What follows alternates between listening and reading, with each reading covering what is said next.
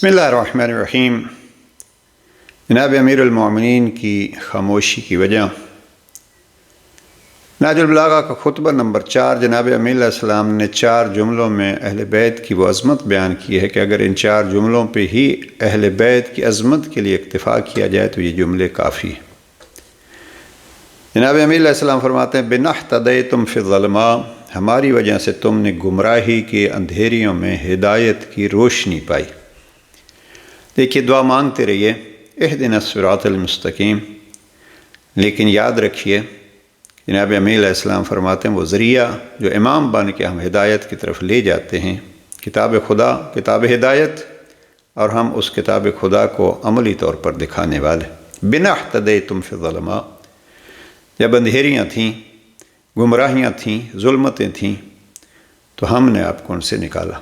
وَتَصَنَّمْتُمْ عَلَى الْيَاءِ، اور وہاں اندھیریوں سے نکل کے رفعت و بلندی کی چوٹیوں پہ اگر آپ پہنچے ہیں تو اس کا ذریعہ ہم ہیں، اور ہمارے سبب سے اندھیری راتوں کا اندھیریوں سے صبح کے اجالوں میں آ گئے۔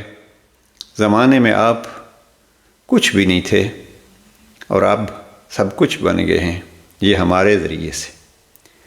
ہمارا جو موضوع ہے کہ علی اور آپ کی خاموشی کی وجہ، یہ جملہ ذرا غور فرمائیے، وہ رَثَمٌ لم یفقہ الوایہ، وہ کان بہرے ہو جائیں جو چلانے والے کی چیخ پکار کو نہ سنیں۔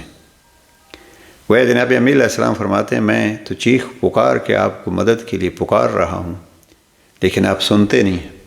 بھلا وہ کیوں کر میری کمزور اور دھیمی آواز کو سن پائیں گے جو اللہ اور رسول کی بلند بانگ صداؤں کے سننے سے بھی بہرے رہ چکے ہیں۔ لیکن پھر فوراً جناب امیر علیہ السلام فرماتے ہیں میں علی چیخ پکار رہا ہوں، لیکن یہ میری کب سنیں گے جب اللہ اور اللہ کے رسول کی بلند و بالا آوازیں نہیں سنیں۔ یعنی حقیقت میں جناب امیر علیہ السلام اس طرف اشارہ فرما رہے ہیں کہ دیکھو جو اللہ اور اللہ کے رسول کی نہیں سنتا وہ علی کی بھی نہیں سنتا، یا چونکہ وہ اللہ اور اللہ کے رسول کی نہیں سنتا اور علی کے سننے کے لیے تو یا اللہ نے کہا ہے یا رسول اللہ نے کہا ہے، تو علی کی کیا سنے گا۔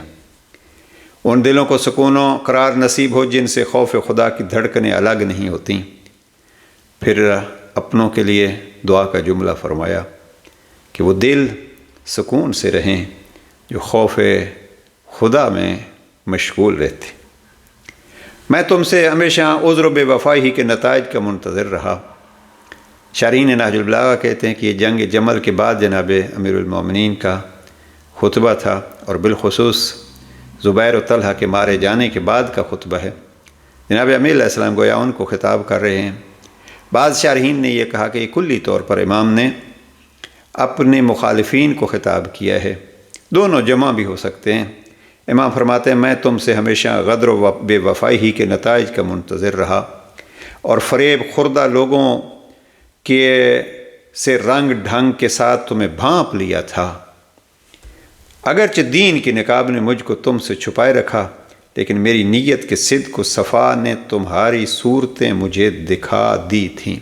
یعنی خلاصہ یہ ہے کہ جناب امیر علیہ السلام فرماتے ہیں دیکھو میں جانتا تھا کہ آپ نے اس بیعت کو نبھانا نہیں ہے، بلکہ جناب امیر علیہ السلام کے بارے میں ہے کہ جب زبیر نے بیعت کی تو جناب امیر علیہ السلام نے فرمایا کہ اس پہ باقی رہنا۔ تو بہرحال جناب امیر علیہ السلام فرماتے ہیں میں دین کے اس مسئلے کو مد نظر رکھا ہوا تھا کہ جب تک بات ظاہر نہیں ہوتی میں پردہ اس سے نہ ہٹاؤں۔ میں بھٹکانے والی راہوں میں تمہارے لیے جادہ حق پر کھڑا تھا۔ عجب یہ فضیلت کا پھر دوسرا جملہ، وہ پہلا جملہ بِنَحْتَدَيْتُمْ فِي الظَّلْمَاءِ، یہاں امام فرماتے ہیں میں بھٹکانے والی راہوں میں تمہارے لیے جادہ حق پر کھڑا تھا۔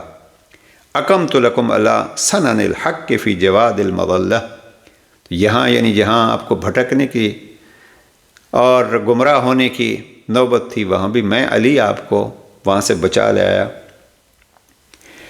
جہاں تم ملتے ملاتے تھے مگر کوئی راہ دکھانے والا نہ تھا، تم کنواں کھودتے تھے مگر پانی نہیں نکال سکتے تھے، یعنی آپ کو راہ کہیں نہیں مل رہی تھی اور حق آپ کو نہیں معلوم تھا، میں علی بتلانے والا تھا اور بتلایا آپ کو۔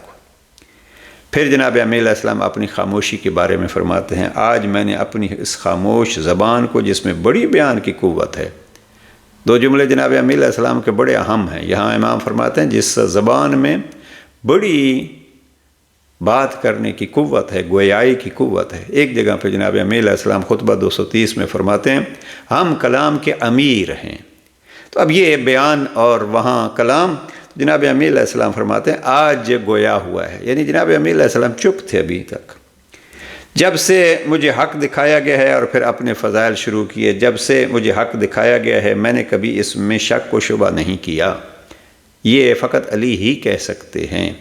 اس لیے ابن ابی الحدید معتزلی جب ان جملات پہ پہنچتے ہیں تو ایسے جملات پہ یہ کہتے ہیں کہ یہ جناب امی علیہ السلام گویا کسی پر طنز کر رہے ہیں. بہرحال علی کو طنز کے ساتھ کیا. پھر جناب امی علیہ السلام فرماتے ہیں کہ حضرت موسیٰ نے اپنی جان کے لیے خوف کا لحاظ کبھی نہیں کیا، بلکہ جاہلوں کے غلبہ اور گمراہی کے تسلط کا ڈر تھا. اسی طرح میرا اب اس طرح خاموش رہنا بھی ایسے ہی سمجھنا چاہیے. دیکھیے یہ ہے علی خاموش کیوں تھے. علی جناب موسیٰ کا واقعہ بیان کرتے ہیں اور مثال دیتے ہیں کہ جناب موسیٰ کیوں خوف زدہ تھے کہ کہیں فرعون کے ہتھے نہ چڑھ جائے یہ قوم اور سب فرعونی نہ بن جائیں. یہ خوف تھا. جناب امی علیہ السلام فرماتے ہیں میں بھی ایسا ہی تھا کہ مجھے بھی یہ ڈر تھا اگر میں اپنے حق کے لیے آواز اٹھاتا ہوں تو کہیں یہ لوگ دین ہی نہ چھوڑ جائیں. یہ بڑا ایک دقیق جملہ ہے، اس کی وضاحت کی ضرورت ہے. اور جناب امی علیہ السلام نے نہج البلاغہ میں وضاحت کی ہے کہ جب تک میرا حق چھنتا رہا میں چپ رہا، لیکن جب میں نے یہ دیکھا کہ اب دین کا مسئلہ کہ میرے حق سے، ظاہر علی کا حق چھیننا بھی یہ دین کا مسئلہ ہے، لیکن بات اس سے آگے بڑھ گئی ہے تو جناب امی علیہ السلام پھر بولے. اور اب خاموشی کی وجہ بھی اسی سے واضح ہو گئی کہ جناب امی علیہ السلام نہیں چاہتے تھے کہ علی کی آواز سے اسلام جو ظاہری طور پر کسی حد تک بچا ہوا ہے وہ بھی ختم ہو جائے، خانہ جنگی شروع ہو جائے. تو آپ نے دیکھا سقیفے میں خود آپ اگر تاریخ کو پڑھیے تو وہاں مہاجرین اور انصار ایک دوسرے کے مقابلے میں آ گئے تھے. اب اگر علی بھی اس میں حصہ ڈالتے تو پھر کیا ہوتا. آج ہم اور تم حق و باطل کے دو راہ پر کھڑے ہوئے ہیں. جسے پانی کا اطمینان ہو وہ پیاس نہیں محسوس کرتا. اس طرح میری موجودگی میں تمہیں میری قدر نہیں ہوگی. یہ ہیں جناب امی علیہ السلام کے وہ شکوے، اور حقیقت میں اس میں جناب امی علیہ السلام نے اپنی خاموشی کا بھی سبب بتلا دیا ہے کہ میں علی خاموش کیوں رہا.